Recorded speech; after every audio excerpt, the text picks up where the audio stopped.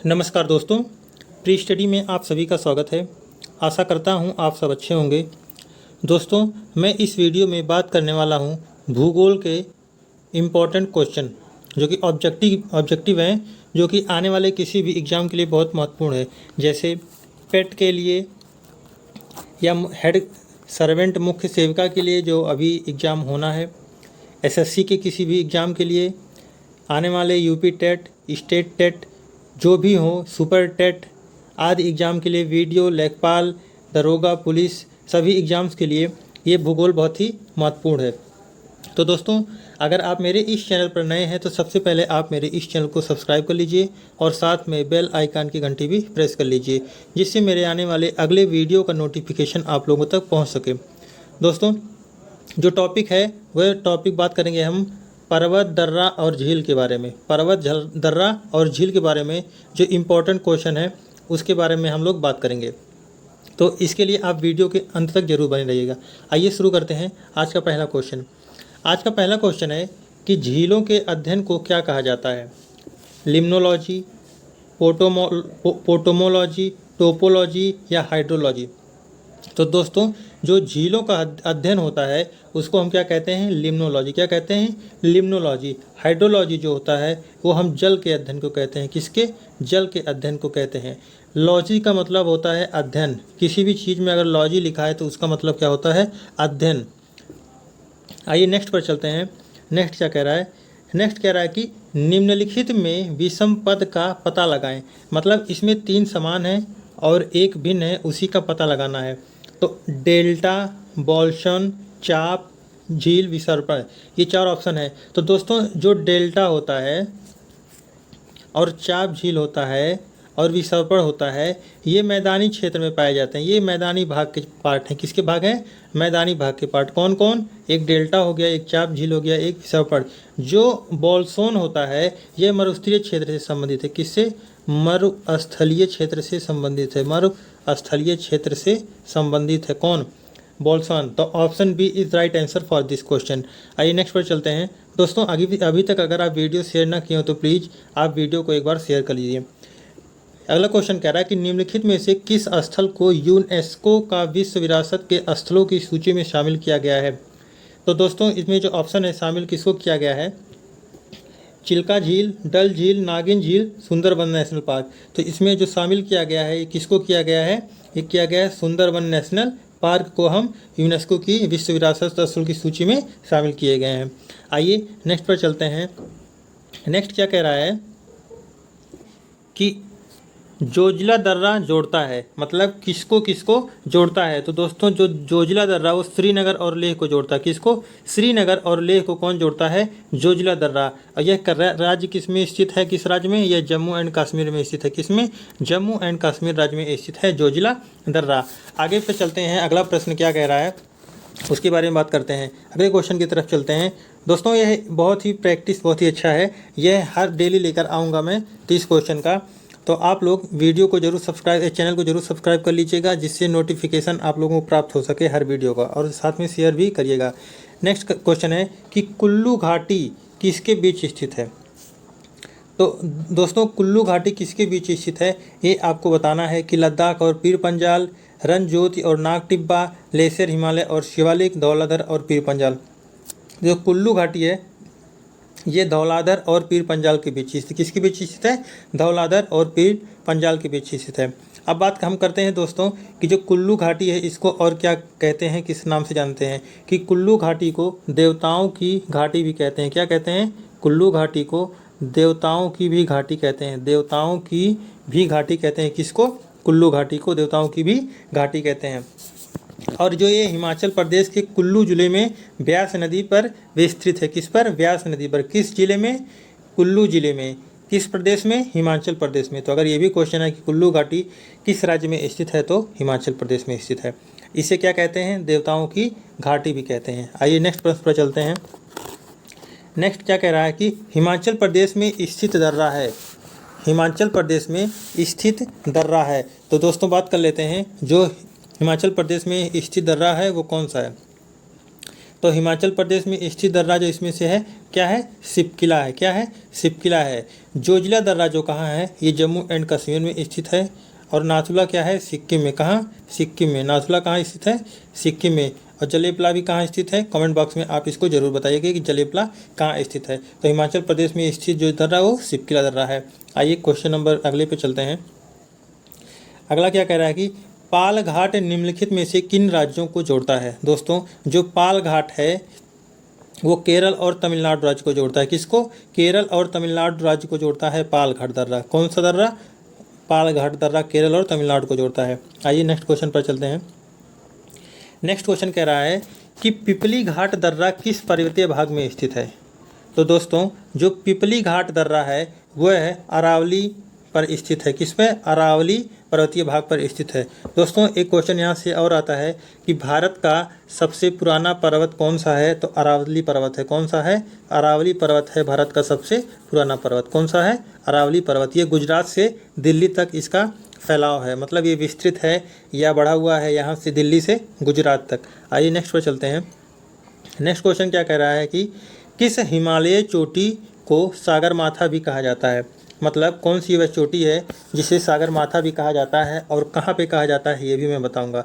तो दोस्तों जो माउंट एवरेस्ट है उसको हम सागरमाथा कहते हैं। कहाँ कहते हैं, नेपाल में कहते हैं। कहाँ कहते हैं, नेपाल में कहते हैं। नेपाल में कहते हैं। कहाँ, नेपाल में। इसकी जो ऊंचाई है कितनी है, 8,850 मीटर। कितनी, 8,850 मीटर। ये विश्व की सबसे ऊंची चोटी है माउंट एवरेस्ट। और नेपाल में क्या कहते हैं, सागरमाथा। यहाँ से क्वेश्चन आता कि नेपाल में माउंट एवरेस्ट को क्या कहते हैं, तो सागरमाथा कहते हैं। आइए नेक्स्ट पर चलते हैं। नेक्स्ट क्वेश्चन क्या कह रहा है, नेक्स्ट कह रहा है कि हिमालय की सबसे पूर्वी चोटी कौन सी है। हिमालय की चोटी कौन सी है। तो हिमालय की जो सबसे पूर्वी चोटी है वो कौन सी है, वह है नामचा बरवा। कौन सा है, नामचा बरवा जो है वो हिमालय की सबसे पूर्वी चोटी है। कौन है, नामचा बरवा जो हिमालय की है वो सबसे ऊंची चोटी है। और ये कहाँ है, अरुणाचल प्रदेश सीमा पर स्थित है। इसकी जो ऊंचाई है वो कितनी है, 7,756 मीटर। कितना, 7,756 मीटर इसकी ऊंचाई है नमचा बरवा की। ठीक है, नेक्स्ट प्रश्न पर चलते हैं। नेक्स्ट क्या कह रहा है कि गॉडविन ऑस्टिन एक है। गॉडविन ऑस्टिन क्या है, दर्रा है, शिखर है, टेलीस्कोप आविष्कारक है कि भूवैज्ञानिक है।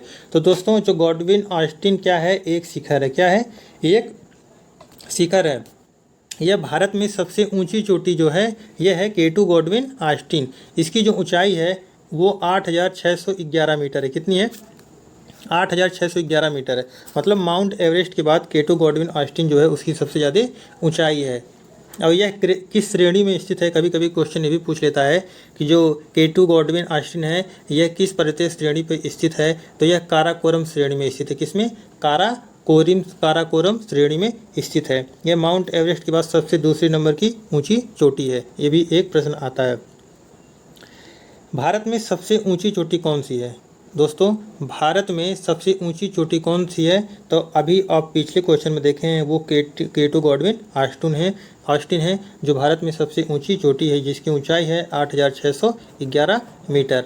आइए नेक्स्ट पर चलते हैं, अगले प्रश्न पर चलते हैं। अगला क्या कह रहा है, अगला कह रहा है कि कौन सा पर्वत हिमालय श्रृंखला का अंग नहीं है। मतलब ये इसमें 4 ऑप्शन में से एक हिमालय श्रृंखला का अंग नहीं है और 3 हिमालय श्रृंखला के अंग है। तो आइए जान लेते हैं दोस्तों। कुनलुन और काराकोरम और हिंदुकुश ये हिमालय के भाग हैं। किसके भाग हैं, हिमालय के भाग हैं। और जो अरावली है यह हिमालय पर्वत श्रृंखला का भाग नहीं है। तो इसका जो आंसर है वो कौन सा है, ए है, अरावली। आइए नेक्स्ट प्रश्न पर चलते हैं। नेक्स्ट क्या कह रहा है, कह रहा है निम्नलिखित में से सबसे पुरानी पर्वत श्रृंखला कौन सी है। निम्नलिखित में से सबसे पुरानी पर्वत श्रृंखला कौन सी है। तो दोस्तों अभी मैंने आपको बताया है जो सबसे पुरानी पर्वत श्रृंखला है वो कौन सी है, अरावली। कौन सी है, अरावली है। कौन सी है, अरावली जो है वो सबसे पुरानी पर्वत श्रृंखला कौन सी है, अरावली। आइए नेक्स्ट पर चलते हैं। नेक्स्ट क्या कह रहा है, नेक्स्ट कह रहा है कि निम्नलिखित में कौन सा एक मोड़दार पर्वत का उदाहरण है। कौन सा एक मोड़दार पर्वत का उदाहरण है। तो हिमालय, रॉकी, अरावली, एंडीज कितने हैं, ये 4 पर्वत हैं। तो इसमें से जो अरावली है वह एक मोड़दार पर्वत का उदाहरण है। कौन है, अरावली क्या है, एक मोड़दार पर्वत की ये है उदाहरण है। और जो हिमालय है वो कैसा है, ये एक फोल्डेड माउंटेन है। कौन है? रॉकी हिमालय क्या है? एक फाउंडेड, एंडीज क्या है? एक फाउंडेड है। आइए अगले प्रश्न पर चलते हैं। नहीं, उदाहरण नहीं है दोस्तों, इसमें दिया है, सॉरी, उदाहरण नहीं है इसमें। क्या किया है? उदाहरण नहीं है, और मैं उदाहरण बता दिया। तो अरावली क्या है? ये फोल्डेड माउंटेन नहीं है, लेकिन हिमालय, रॉकी और एंडीज क्या है? एक फोल्डेड माउंटेन है। आइए नेक्स्ट पे चलते हैं।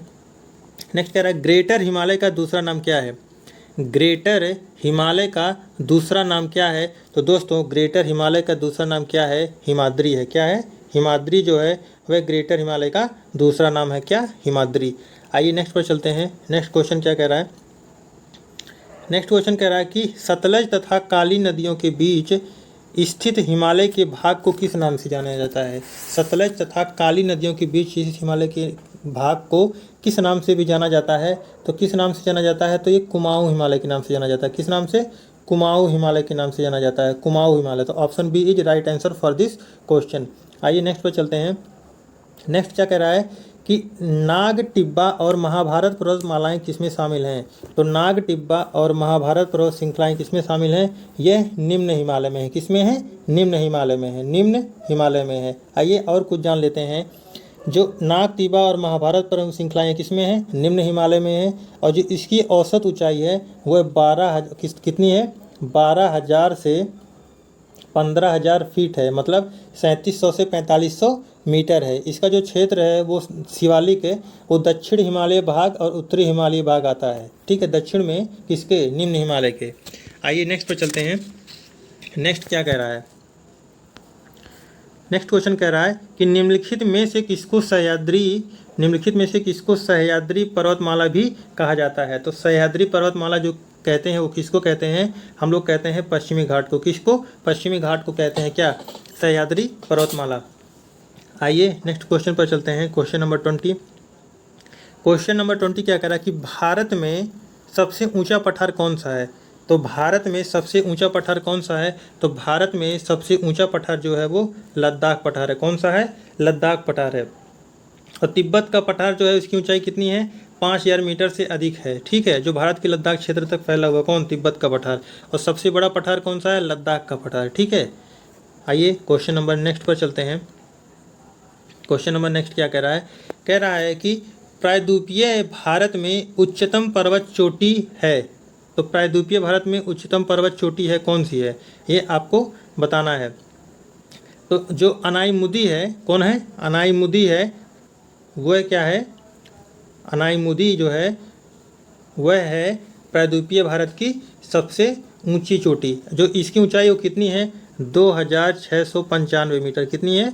2,695 मीटर है।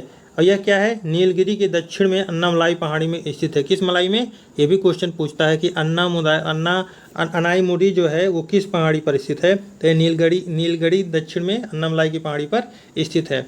और दोदा बेटा जो है दूसरी सबसे ऊंची चोटी है दक्षिण भारत की। ठीक है, या प्रायद्वीपीय भारत की सबसे दूसरी ऊंची चोटी कौन सी है? दोदा बेटा है, जिसकी ऊंचाई 2,637 मीटर है। कितनी? 2,637 मीटर है। कितनी? 2,637 मीटर। आइए नेक्स्ट क्वेश्चन पर चलते हैं। अनाईमुदी शिखर कहाँ स्थित है? तो जो अनाईमुदी शिखर है दोस्तों वो कहाँ स्थित है? सह्याद्री का भाग है। कहाँ है? सह्याद्री का भाग है। आइए नेक्स्ट क्वेश्चन पर चलते हैं। नेक्स्ट क्वेश्चन क्या कह रहा है कि निम्नलिखित में सबसे ऊंचा शिखर कौन सा है? निम्नलिखित में सबसे ऊंचा शिखर कौन सा है? तो दोस्तों आइए मैं सबसे पहले जान लेता हूँ कि किस किस की ऊंचाई कितनी कितनी है, उसके बाद हम आंसर खुद फाइंड कर लेंगे। तो हम बात कर लेते हैं कामेत का। तो कामेत की जो ऊंचाई है वो 7,756 मीटर है। कितना है? 7,756 मीटर है। नंगा पर्वत का जो है वो 8,126 मीटर है। और कुनलुन का है 7,167 मीटर है। कितना? 7,167 मीटर है। और नंदा देवी का कितना है? 7,817 मीटर है। कितना? 7,817 मीटर है।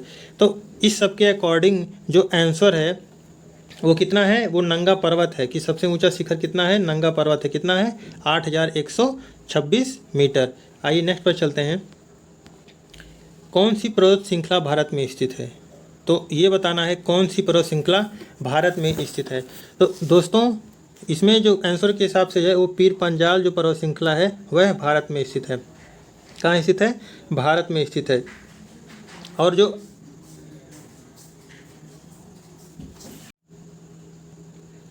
किस पर्वतीय स्थल को सतपुड़ा की रानी कहते हैं? किस पर्वतीय स्थल को? तो ये पंचमढ़ी जो है, पंचमढ़ी को क्या कहते हैं?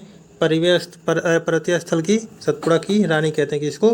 पंचमढ़ी कहते हैं। अरे पंचमढ़ी को। ये कहाँ स्थित है? ये मध्य प्रदेश में स्थित है। कहाँ स्थित है? एमपी में स्थित है। ठीक है, आगे चलते हैं नेक्स्ट क्वेश्चन पे। कह रहा है लोकटक एक है, लोकटक है एक क्या? घाटी है, नदी है, झील है। तो लोकटक एक क्या है? एक झील है। कहाँ स्थित है? ये मणिपुर में है। कहाँ स्थित है? मणिपुर में स्थित है। क्वेश्चन आता है कि लोकटक झील किस राज्य में स्थित है? तो लोकटक झील मणिपुर में स्थित है। आइए नेक्स्ट पे चलते हैं। नेक्स्ट क्या कह रहा है कि लोनार झील कहाँ स्थित है? लोनार झील कहाँ स्थित है? तो दोस्तों जो लोनार झील है वह महाराष्ट्र में स्थित है। कहाँ स्थित है? महाराष्ट्र में स्थित है। कहाँ? महाराष्ट्र में स्थित है। यह एक खारे पानी की झील है। क्या है? यह एक खारे पानी की झील है। क्या है? खारे पानी की झील है। कौन? लोनार झील कहाँ स्थित है? महाराष्ट्र में स्थित है। आइए नेक्स्ट क्वेश्चन पर चलते हैं। सबसे बड़ी मानव निर्मित झील, सबसे बड़ी मानव निर्मित झील कौन सी है?